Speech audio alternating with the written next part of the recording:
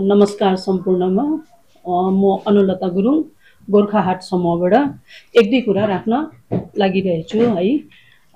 विशेष कुरा त के भन्दा गोर्खाहाट हामीले के उद्देश्यमा गर्यो त्यो एउटा कुरा हामी पहिला जानकारी गराउन चाहन्छौँ। गोर्खाहाट जब हाम्रो भेगमा सुरु भयो, विशेष त कालिम्पोङबाट सुरु भयो। हाम्रो नरेन्द्र तामाङज्यू, हाम्रो मिङमा शेर्पाज्यू, उनीहरूको एकदम कठोर प्रयासमा उहाँहरूले सुरु गर्नुभयो। त्यसपश्चात उहाँहरूले फेरि त्यसलाई फैलाउँदै कर्सियङ, सिलिगुडी हुँदै गयो र सिलिगुडीमा जब हुँदा चाहिँ हामी ठन्डामा पनि त्यहाँ थियौँ र सिलिगुडीमा हामी त्यहाँ गए पश्चात नरेन्द्र तामाङज्यूहरूसँग बसेर एक दुई कुरा सल्लाह गर्थ्यौँ कि हामीले दार्जिलिङमा पनि गर्नुपर्छ गोर्खाहाट, कसरी गर्नुपर्ने हो, के गर्नुपर्ने हो भनेर हामीले उहाँहरूबाट चाहिँ एउटा प्रेरणा हामीले पाएको हौँ र उहाँहरूकैबाट चाहिँ हामीले यो कन्सेप्ट लिएको हौँ। अरूले कहाँबाट लियो, कसो गर्यो त्यो हामीलाई भन्न केही छैन है। अनि गोर्खाहाटको विषयमा भन्नै पर्दा चाहिँ गोर्खाहाटको उद्देश्य अब के चाहिँ छ, मेन चाहिँ के हो, यो हाम्रो एउटा गोर्खाहाटको एउटा मोटो हुन्छ नि त जे कुरोको पनि है, गोर्खाहाट। अन्त मेन उद्देश्य हामीले यहाँनिर बुझ्दा ओर्दा हामीले अब काम गर्दा हेर्दा कस्तो लाग्यो, हाम्रै जग्गामा आर्थिक स्थितिले अलिकति कमजोरी पायौँ र हामी अब बेसी केटाकेटी पलायन हुँदैछ, त्यही कतिवटा कामहरू नपाएर पनि होला। तर व्यवसायमा लाग्यो भने सायद उनीहरूले अलिकति आफूहरूलाई अपलिफ्ट गर्नु सक्छ होला, आफूहरूलाई बढोत्तरी गर्नु सक्छ होला भन्ने मेन चाहिँ एउटा उद्देश्य त्यो थियो हाम्रो। र उनीहरूलाई व्यवसायमै ढाल्नुपर्छ र यो व्यवसाय गरेपछि हाम्रो पैसा हामी माझमै घुम्छ र हाम्रो जग्गाको पनि अझै बढोत्तरी भएर जान्छ भनेर चाहिँ त्यो उद्देश्यमा हामीले एउटा सोच लियौँ। अनि अर्को उद्देश्य चाहिँ फेरि अब यो गोर्खा कम्युनिटी नै यहाँनिर एकदमै दुर्बल, एकदमै कमजोरी छ आर्थिक स्थितिमा र उनीहरूको लागि अब गर्नुलाई त उनीहरूकै सेफ्टीको विषयमा नै हेर्नु पर्यो र हामीले यसमा चाहिँ गोर्खा कम्युनिटी मात्रै गरेर गरौँ न त हामीले, र गोर्खाहाट नाम भनेर हामीले राखेका हौँ। र गोर्खाहाट नाम भन्ने बित्तिकै हामीले बुझ्छौँ कि यहाँ चाहिँ गोर्खा नै मात्रै व्यवसाय गर्छन् र यहाँनिर उनीहरूले आफ्नो कल्चर दर्शाउँछन् है, आफ्नो संस्कृति, आफ्नो खानपान र यसरी आफूलाई बढोत्तरी गर्छ र एउटा हाम्रो कल्चरल रेभोल्युसन पनि हुन्छ। हामीले हाम्रो ठाउँमा एउटा घट्दै गइसक्यौँ नि त, एउटा एकदम सानो मात्रामा आउँदै गइसक्यौँ नि त हाम्रो एउटा एथनिक ग्रुप, र हाम्रो ग्रुप छौँ यहाँ हामी भनेर हामीलाई जगाउँ भनेर चाहिँ हामीले यो उद्देश्यले काम गऱ्यौँ है। अनि त्यसको लागि हामीले पत्रचार त म्युनिसिपालिटीलाई गर्नै पर्छ र म्युनिसिपालिटीलाई हामीले धेरैचोटि पत्रचार गरेर हामीले नम्र निवेदन त गरेकै हौँ।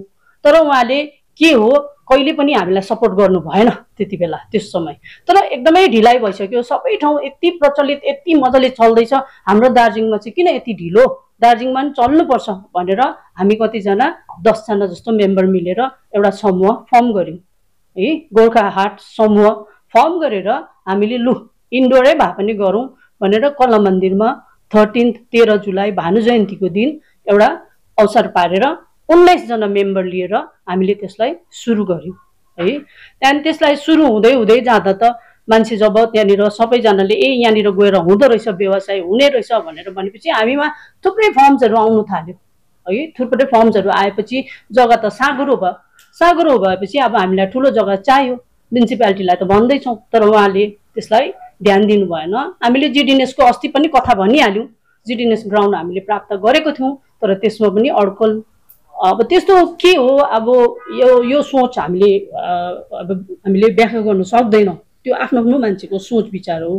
र हामी यहाँबाट यही भन्न चाहन्छौँ है, हिजो उहाँले चिठी दिनुभयो, हामीले चिठी प्राप्त गरेको छौँ कि गोर्खाहाट कमिटी चाहिँ डिजल्भ गरेँ मैले भनेर भन्नुभयो। अब मैले यो चिठी पढ्दा मेरो बुझाइमा चाहिँ गोर्खाहाट कमिटी जब हामीले फर्म गर्छौँ भने डिजल्भ गर्ने हक चाहिँ उहाँको कहाँबाट भयो, त्यो त नहुनु पर्ने।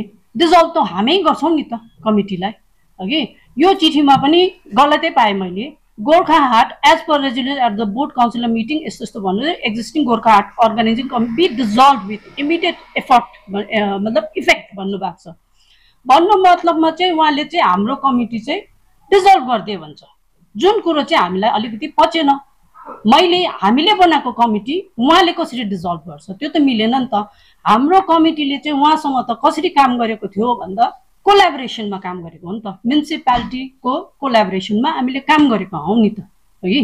सो उहाँले यो चिठीमा भन्नु चाहिँ पर्ने चाहिँ यो थियो कि गोर्खाहाट कमिटीको कोलाबोरेसन म्युनिसिपालिटीको जो थियो त्यो चाहिँ हामी डिजल्भ गर्छौँ, त्यो चाहिँ अब फर्दर हुँदैन र यो चिठी चाहिँ एकदमै गलत छ। हाम्रो कमिटी हामीले उहाँले डिजल्भ गर्ने कसरी हक पाए, त्यो एउटा उहाँलाई मेरो प्रश्न छ है। यो चिठी उहाँले फेरि एकखेप पढ्दा हुन्छ, बुझ्दा हुन्छ, तपाईँहरूले पनि बुझ्नुहुन्छ यो कुरा होइन। अन्त यो एउटा कुराहरू चाहिँ यहाँ लेखेको छ, यो चिठी अलिकति मलाई पचेन। यो चिठी यो कमिटीमा चाहिँ म्युनिसिपालिटीबाट कुनै इन्भल्भमेन्ट थिएन, मेम्बर्सहरू हुनुहुन्न।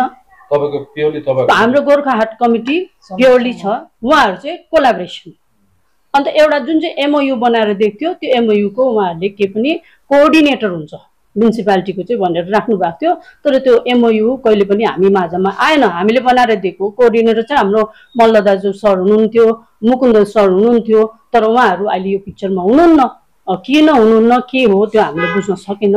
तर यो चिठीले चाहिँ यसो भन्दा चाहिँ यो चाहिँ हाम्रो कमिटी चाहिँ म यहाँबाट फेरि भन्न चाहन्छु, गोर्खाहाट कमिटी चाहिँ यथावत छ। गोर्खाहाट कमिटी कसैले डिजल्भ गर्दा डिजल्भ हुँदैन, त्यो हाम्रो कमिटी हो, हामीले डिजल्भ गर्दा मात्रै त्यो डिजल्भ हुन्छ होइन। तपाईँ त्यो पनि मान्नुहुन्छ। सो गोर्खाहाट कमिटीले भावी दिनको प्रोग्रामहरू हामी हाम्रो जात, हाम्रो ठाउँ, हाम्रो मान्छेको लागि सधैँ खडा भएको हुन्छौँ र हाम्रो भावी प्रोग्राम कार्यक्रम चलि नै रहनेछ। अब हाटमा तपाईँहरूको सहभागिता हुन्छ कि हुँदैन? हाम्रो हाटमा सहभागिता हुँदैन, किनभने उहाँले भन्नुहुँदैछ, उहाँले यो चिठीमा चाहिँ हाम्रो कोलाबोरेसन हो नि त, उहाँहरूको स्पेस। अब यो चिठी अनुसार चाहिँ के छ भने कोलाबोरेसन टुटाउनु पर्यो नि त। उहाँले कोलाबोरेसन गोर्खाहाट कमिटीसँग छैन भन्नु पर्यो नि त। उहाँहरूले त कोलाबोरेसन गर्नुभयो, तिमीहरूको अलरेडी अर्गनाइज छ, तिमीहरूले अलरेडी सेट गरिसकेको छौ, तिमीहरूले नै अर्गनाइज गरेर लानु।